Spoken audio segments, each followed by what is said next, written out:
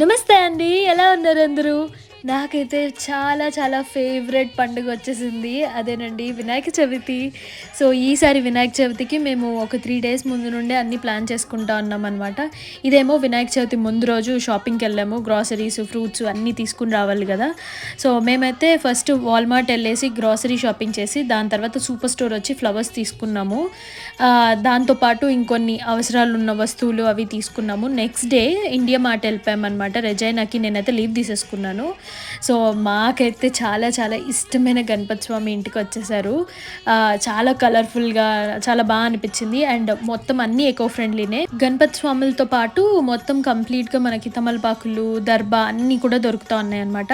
మేమైతే అన్నీ తీసుకునేసి దాని తర్వాత ఇంక తినడానికి వెళ్ళిపోయాము. అక్కడ ఒక దోస ఇవాళ వెజ్ కదా! పులావ్ తినేసి ఇంటికెళ్ళిపోయామన్నమాట.